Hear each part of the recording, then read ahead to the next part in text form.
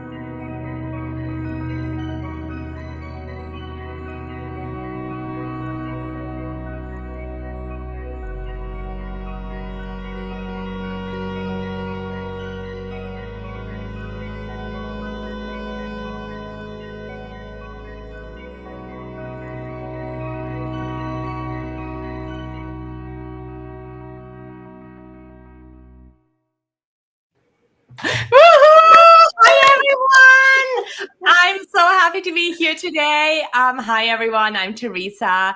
I guide women in discovering what they're meant to do and empower them to find a fulfilling career. Super excited to be here with my good friend, Ana. Hi, Ana. Hi everyone. I'm Ana.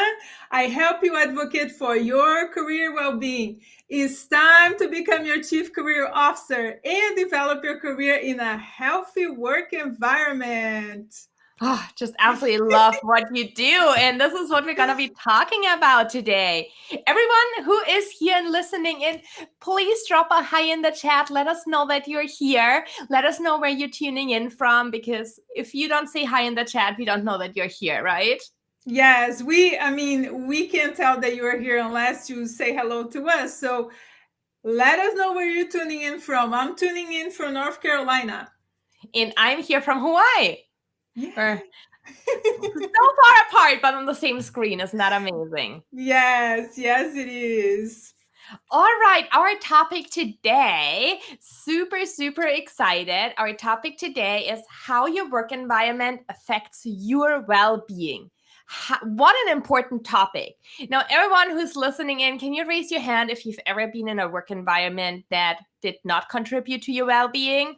I've definitely been there, and I know I talk to people every day, almost every day, who know who have firsthand experienced what a unhealthy work environment can do to them.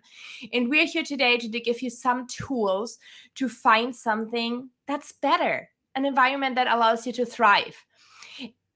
And we want to start off with Ana, because we'll start off with Ana sharing her experience about what it is like to be in a work environment that's not the right one for you.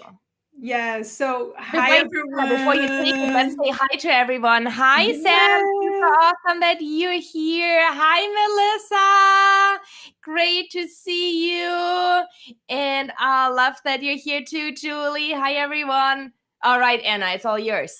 Sure. So I am very passionate about talking about the work environment because for many years, spent years in environments that were not the right environment for me. Some of them were toxic. Some of them were just not the right team, not the right manager, not the right setup. Meaning for me, like going to the office 5 days a week, having a long commute, all these different things, they add up for me to feel like I was in the wrong environment. So I spent many years with this fear of finding a better job because I thought that another environment was going to be the same. And I know some of you feel the same way. You sometimes you don't realize why you dislike your job or why you have those negative feelings, because we spend so much time at work, right? Like we're going to actually spend, when you think about your career, you're going to spend more than 40 years in the work environment. So sometimes you don't know what's going on and you don't know what's wrong, but it could be that environment, the situation you are in. It could be your manager's management style. It could be the team. It could be the team environment, for example. if you are in a competitive environment and you're not a competitive person, no matter how hard you work, it's going to be tough to always feel like you're left behind, right? So that was me. Like I had this experience. I used to say yes to everything. I had no boundaries. I didn't even understand what boundaries were, because when I came to this country, I was taught that you just say yes, because the harder you work, the more hours you put in, that's how you're going to get a promotion. So I learned that way, and I was doing all of those things, right? And not every work environment is going to be the same, but I know we fear, like when we are in these situations, that how am I going to know if changing, going to a different environment is going to be any better, right? So a lot of us may suffer in silence, or sometimes we may have colleagues at work that, who we trust, and we talk to them about the situation, but it becomes that situation that you complain, right? And then what happens? You end up bringing the complaint or the negative feelings outside of work. Maybe your friends, say something to you and just say, hey, your vibe is not good today, what's going on? And the next thing you know, you're just complaining. Or you snap at a family member, or you don't feel like playing with your children. It's just like all these different things that are going on inside of you, and you don't know what to do about it, right? So the main thing that I want to say here at this point is that you may become your work environment without realizing it, because you spend so much time and everything seems usual and normal, that those negative feelings, you start bringing them outside of work. And after a while, because burnout is, is going to build, it's going to affect your health, it's going to affect your mental and your physical health, and it's also going to affect your well-being, meaning it's going to be hard for you, for example, after working 10 hours a day, to come home and wanting to do anything, right? Like you don't want to cook, you don't want to clean, you don't want to do anything that, those are chores, but like you don't want to even do anything that brings you joy. You don't have any hobbies. Like like for example, for me, for many many years I loved dancing, and I didn't do anything.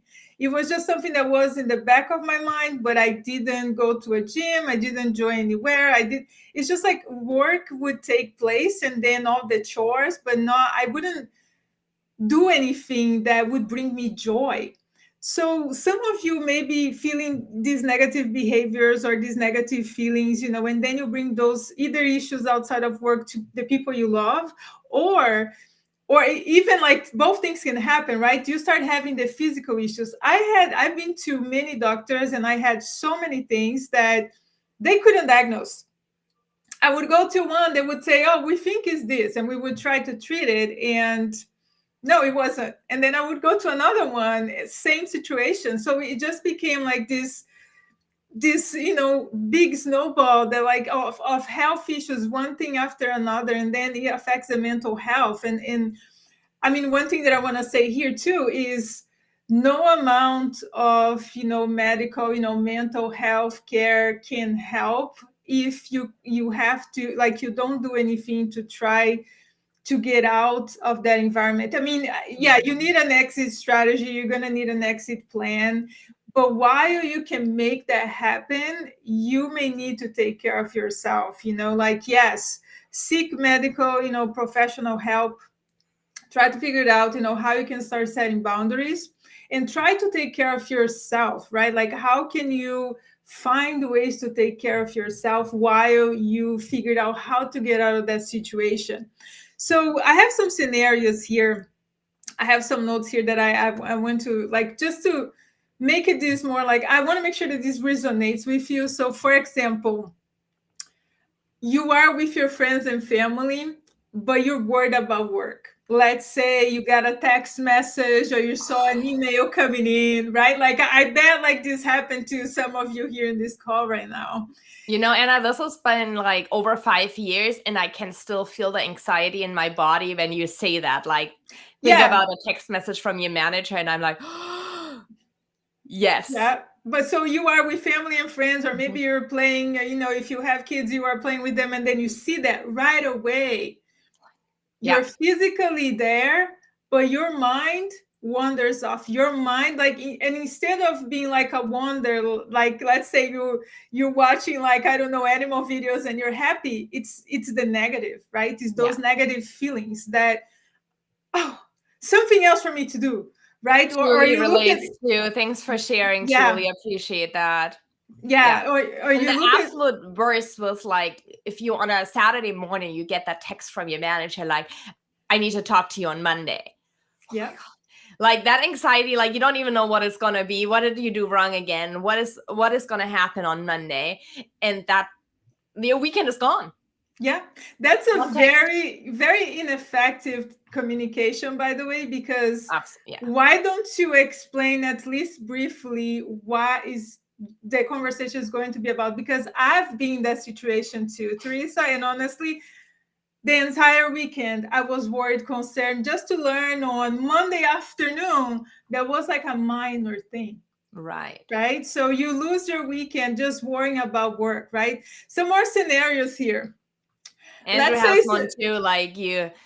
Yeah, hi, and also Andrew. it affects your relationship, right? Like, and Yes. I had a great conversation about just that with Andrew too, of like how you bring the mood that work puts you in, how you bring that home. If Yeah. work puts you in a bad mood, you bring that home into your home environment, into your relationship. If it puts you in a good mood, you bring that home too, but obviously in a much more positive way. Yes, absolutely. Another scenario here is when someone asks, "What do you do?" and you kind of talk about it, but you're a little hesitant because it's almost like talking about work brings those negative feelings, right? So why the, oh, I do this X, Y, and Z, but then, like, you don't want to keep the conversation going because you don't have a lot of good things to say about it. So yeah, or if you leave for the weekend, right? It's just like those, or you just don't want to show up to work on Mondays, right? I understand no workplace is perfect, no job is perfect, but if most of the time you feel like I just, I dread Mondays, I don't want to go to work, or you like it's Sunday and you have something called the Sunday scaries, which is that anxiety about the work week ahead. You're already thinking Mhm. about working, about your work week, and you're not enjoying your weekend, just worried about that. So those are just some examples that your current work environment may be affecting your well-being, and your well-being is your mental, physical health, and your happiness, your prosperity. And if you don't feel those things at work, and again, I'm not here like saying, oh, every day is going to be perfect. That is not what I'm here to say, because even when you love what you do and you really have a connection and you enjoy, you are going to have days where you just, when you just don't feel connected with the work, or you're just not feeling well, or so that's normal, okay? But if the majority of the time you have those negative feelings towards your job, you don't have job satisfaction, meaning it's almost like you're just there just in autopilot, but your mind and body just don't want to do this anymore. You don't want to be there physically if you have to go to an office, or if you are a remote employee, you just don't want to turn on your computer because you know that you're going to get a lot of messages and things and tasks, or meetings and all these different things, right? So like I said, we spend a lot of our work, hours, awake hours at work. So if your environment doesn't work for you, you may not be able to achieve your full potential.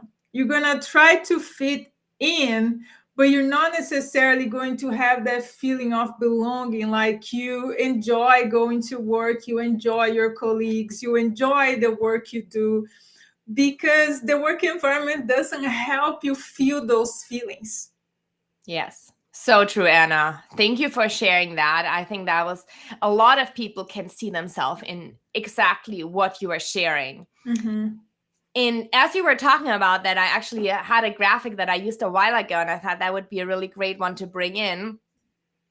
But thanks for your contribution, Andrew. Your work environment will affect you if you are not seen, heard, valued, and understood. You must have trust and respect in your work environment.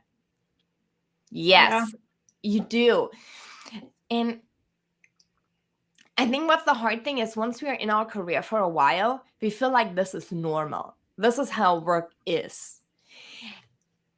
The one thing, like for me, I mean, I was in my career for 8 years in my previous role, and I wasn't happy there, but I thought that is normal. Like I thought like that's just how you feel at work.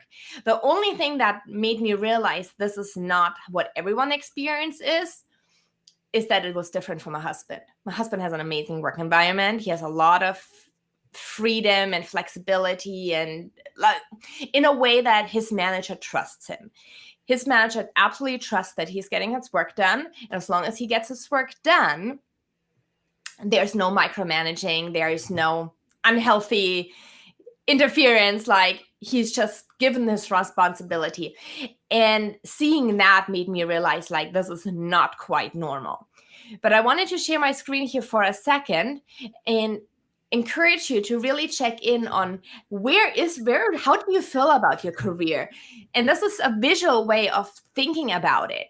Are you in the green where you're thinking about work, how Anna said, like someone asked you about your work and your thoughts about your work? Are they in the green and you're happy and excited and you feel good about the work you do? Or more in the yellow orange where you're like somewhat unhappy or moderately unhappy? Or are you in the red where just the thought of work is like giving you a stomach ache and brings up that anxiety and it's making you sick and miserable? So think about it as a thermometer. And are you in the green, yellow, orange, or red? And then think about, okay, why is that? What are the specific things that make it, let's say if you're in an unhealthy work environment, what are the specific things that make it that I'm in this orange-red phase? And what would need to change for me to be in the green? So this is a very visual way to think about your career health, about your health.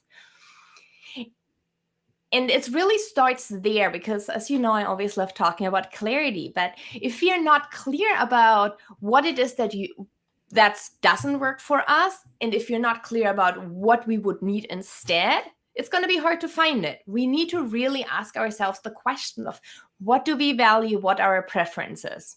To give some examples, do you prefer a remote job? Do you like hybrid, or are you in the office? Right? There's no right or wrong answer. There's only what works for you.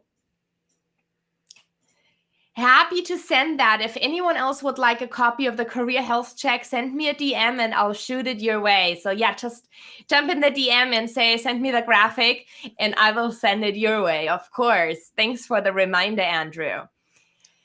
Another question you can ask yourself, do you love being in a large company, or do you really thrive in a small, more maybe like a startup environment? Very different work environments, right? In a small company, there's often more flexibility. You might be wearing many roles. Maybe there's more growth opportunities. Versus in a large company's roles are very often well-defined, and there's a very more of a standard way of doing things. One works for some people, the other one for others. No right or wrong, just what works for you. What are the benefits you need? Do you need physical or mental health benefits? Is generous paid time often important to you? Do you need assistance with your student loans? Do you need a wellness program, retirement benefits? What are the benefits you need? That is also part of the work environment because it's not just pay. This all factors into pay. Mm-hmm. And the last one I think is so important. Which management style works for you? Because everything can be perfect. You can have the perfect work environment. You can have your dream career. If your manager is a nightmare, you're probably gonna be unhappy. So knowing what type of manager you would want to work for. Do you want to work for someone who's very direct? Is it important that they're very supportive, that they encourage you to grow? Do they want truly the best for you? Are they more like the social butterfly, or are they very task-oriented? What is it that you need? And then once you know what it is that you truly want, and some people, we always talk negatively about micromanaging, and true micromanaging is not healthy. But some people want a manager who very clearly gives them instructions and directions and holds their hand through a process. And others want more independence, say like, just let me know what I need to get done, I'll do it. There's also no right or wrong here. only what is gonna lets you do your best work. Mhm. And once you find your answers to these questions, then it is about talking to people. Think about companies you would want to work for and find people. LinkedIn is an amazing tool. Find people who work there and ask them the questions that matter to you. Because companies can write everything on their homepage or company values on a wall. It doesn't mean they're going to live them. So just reading the website and hearing about how great the work environment is not necessarily gonna be what it's gonna look like in reality. The only way to find out is by talking to people. Yes. You want to see that in action for sure. And that's the way, like, how do people feel about those, like Andrew is saying here, the mission, the vision, the values? Because it's easy to put that, on a wall somewhere in the office or on a website, but like, how do people actually feel? Do they feel any connection? Do they even know what those are? So yeah, I have a couple more questions here for you all, and that's now we're going to talk about career, the work environment when it comes to career development. So have you been a new hire and felt like everyone was dumping tasks at you? Mm-hmm. Have you felt your light dimming at work because no one sees or hears you, right? Especially if you are new, like you don't even know, like, how are you going to make people see or hear you or understand that, hey, I can actually do this, and show that you can work independently, for example, or do things your way? Have you watched your coworkers get promotions while you feel overworked, undervalued, and underpaid? Yeah, so in an environment, you are not alone, my friend, because I've been in all these scenarios before. And if you felt that way, let us know in the comments. We're here. Just say a yes. You don't even need to go further if you don't want to. But these are examples of why it's going to be really hard for you to develop your career in the wrong environment. And again, like, talking about something that Teresa mentioned, there's no right or wrong, like, meaning this is the perfect place and this is not the perfect place. It's more like, what is right for me? Yes. What works for me, not for the rest of the world? It's just like what suits me, not other people. So sometimes when we are in environments that are wrong, like they're not the right environments for us, it's hard. It's something that I said in the beginning. It's hard for us to believe in ourselves, to believe that we can find a better place. Sometimes we even doubt our skills, expertise, knowledge, and we can find ways to get out of that situation. But I'm here and I can tell you that it's possible. There's hope for you. I've done that. I've been in situations like this.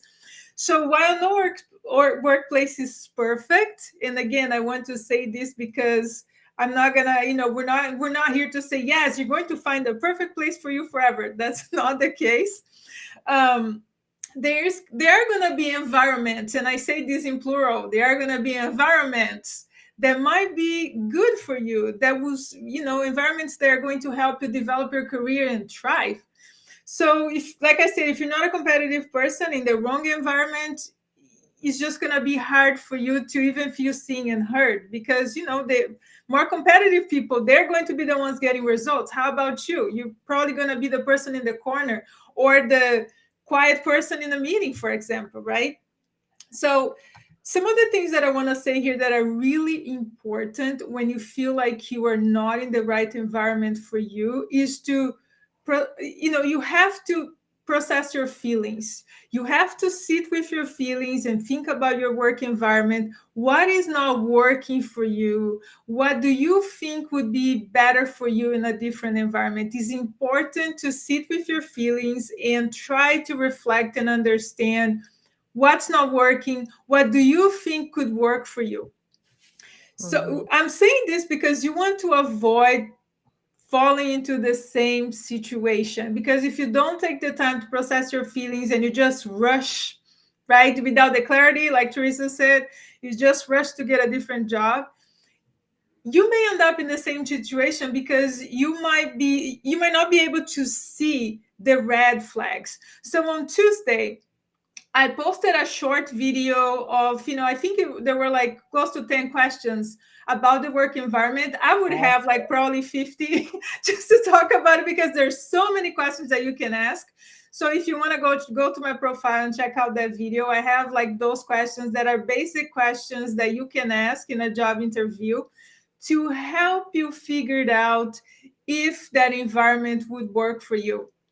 So now we're going to talk about the things that you can do, right? So think about your exit strategy. Why I'm saying, why I'm talking about an exit strategy, because again, if you have been in an environment that doesn't work for you and you have tried different things and you didn't see any results, or nothing has changed, I mean, the ultimate thing you need to do is possibly to get out. You may try a different department if you have that option, or you may need to try a different company, a different place. Maybe if it's your career, it's just not going well, or you don't want to do the activities you're doing right now. You may even think about switching into something else, right? So while you think about your exit plan and what that looks like for you, um, here are some things that I want to help you during that time, because the transition period, we don't know how long that's going to last, and it's going to look different for each person. So in my newsletter I published last Tuesday, not this week, last week, I have more information about this, but I just wanted to touch base a couple points here. These are just some examples, few examples. So you may want to seek the kind of medical help that you need. That could be therapy, that could be something else. Find ways to set boundaries with your work and not, work on weekends. Maybe have a conversation with your manager, discuss your workload, because sometimes we think that they know what's going on, but they may not know what's going on. Yeah. They can read minds. So sometimes you really need to be clear and specific about what's going on. And if you have the openness, talk about mental health. If you're feeling burnout, if things are too much, talk about it. So the other thing that I want to suggest here is work on your job search documents. You want to make sure that you have your resume ready, that you are preparing for interviews, because you never know when a good opportunity may come your way. So be prepared. So improve your self-care routine. Find ways to add things to your day. I also have a self-care checklist on my website if you want to check it out, just to help you improve your self-care routine, because it's important to take care of yourself while you are in this transition process. So find activities outside of work that will bring you joy. Do you like, playing a sport? Maybe try that again, or you want to do some art or something along those lines. Find something that brings you joy outside of work.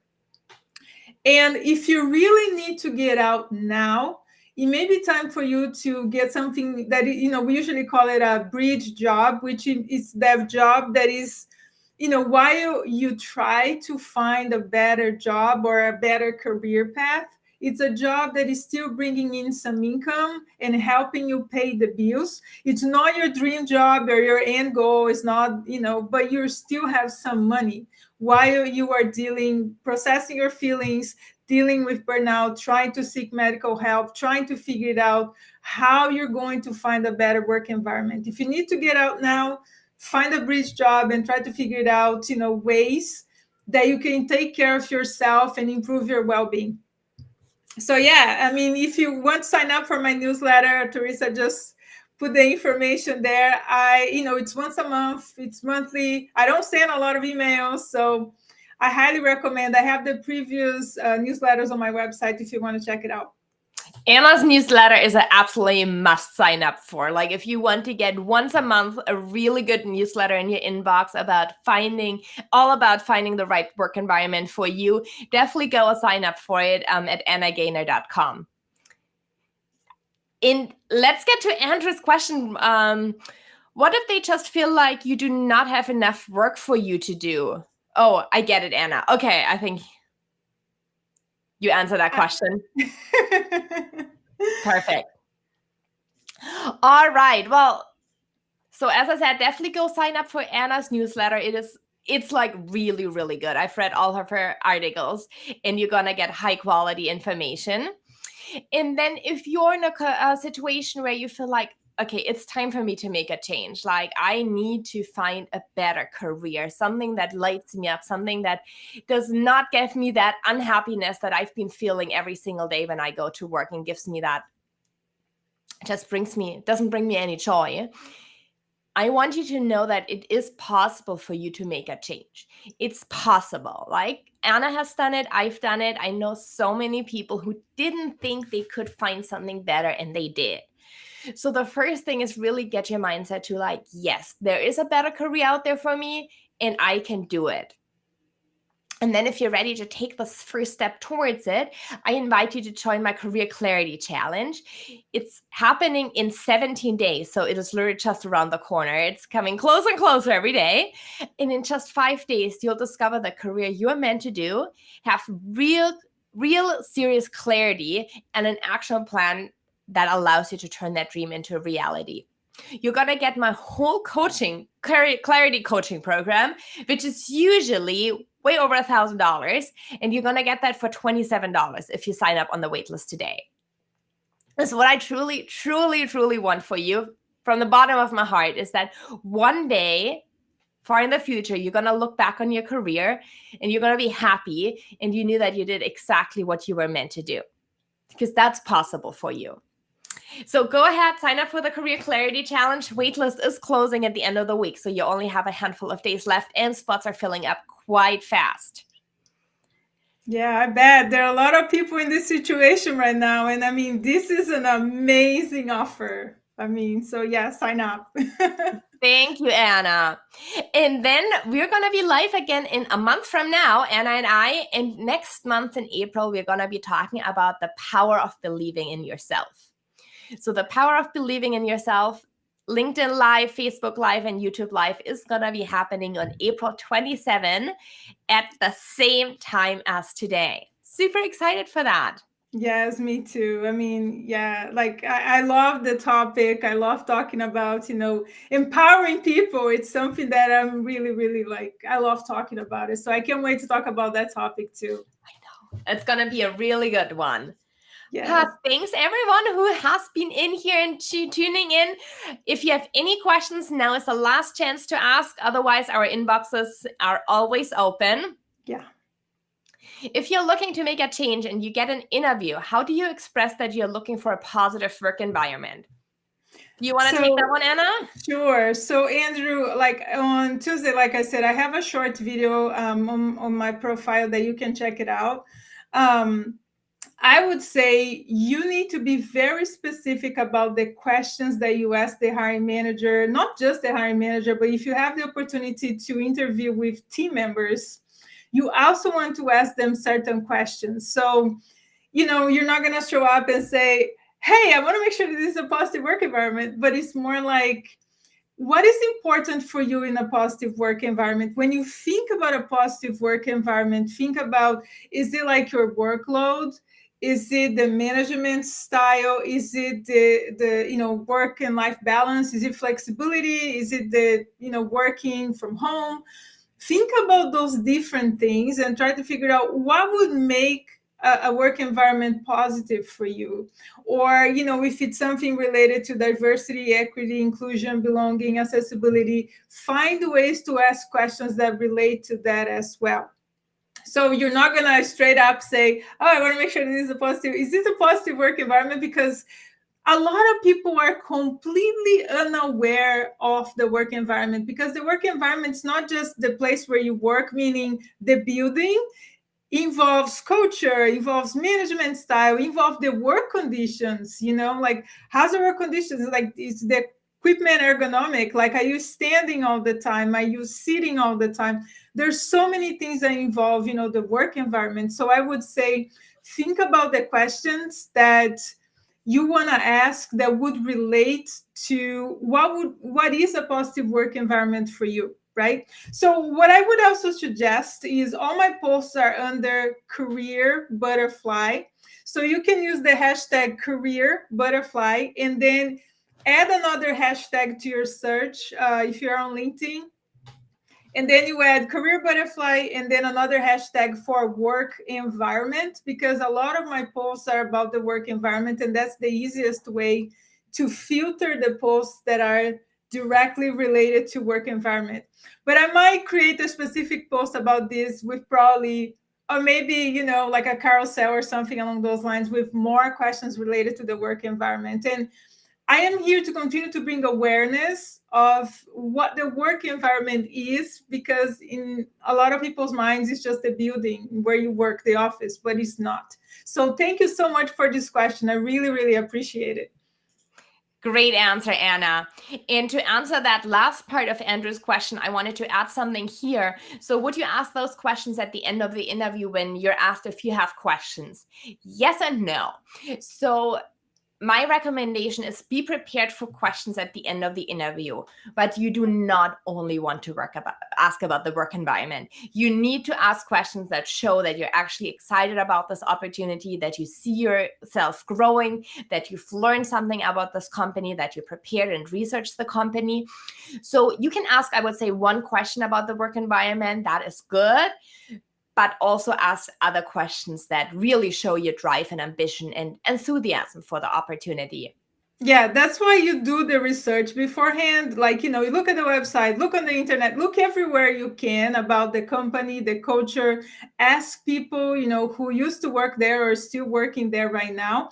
Maybe you like Teresa said, you ask one or two questions, but your interview is not going to be about just the work environment, because you also need to figure it out, about the job, about the hiring manager. Like, you want to make sure that you build a connection with them in that one interview, right? Like, do you see yourself working for this person? So, and pay attention to the cues, right? The non-verbal cues, or sometimes did they answer your question in a way that sound like a red flag for you? Or if it does, maybe try to ask a follow-up question or a little more clarification, just to have a sense. So it's important to do research beforehand. It's also, in one of my newsletters, I talk about the company culture. So it's important to do the research before you even show up to the interview. And when you are in the interview, you ask one or two questions related to the work environment that is going to help you have a sense of, how the work environment might be.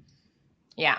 I always advocate for talking to people at that company. Do not ever, if at all avoidable, accept a job offer without having talked to someone who works there.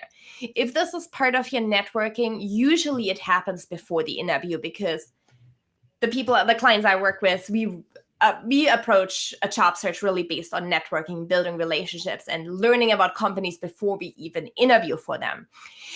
So in that cases, you would already, throughout your job search, throughout the networking phase, learn so much about the company and the environment that by the time you get to the interview, this is aligns with who you are. Because if you found out before it didn't, you would have dropped that company off your list. However, if it ends up being a situation where you just submit an online application, you get into the interview, and you haven't done that research part or that talking to people yet, I would still research. But then when they offer, before they offer, like at the end of the interview process, when you receive an offer, at the very latest, then you need to have a conversation with someone who works there. You absolutely have to do that. So you can say like, oh, I'm so excited to accept them. I'm so excited to have received this offer. This sounds like an amazing opportunity, aligned with exactly what I want to do. Before I make my final decision, can I have a 10-minute conversation with someone on the team? If the manager says no to that, that would be a pretty red flag for me. But I've never actually came across that situation. They always say, yes, of course. Like, I set you up as a call with this person, and you can ask more detailed questions and find, is this gonna be, when you say yes to this offer, is that gonna be really aligned with what you want for yourself? Yeah. All right, we are as always over time, but love the questions. Thank you so much for everyone tuning in. Again, we're gonna be live again. That is gonna happen on April 27th. The power of believing in yourself. and send us any questions. Send us a connection request if we are not connected yet. And we always love hearing from everyone here in the lives. Yes. Thank you so much for being here. We appreciate you. Yes, thank you. We'll see you next month, and we'll see you on LinkedIn and all the other social media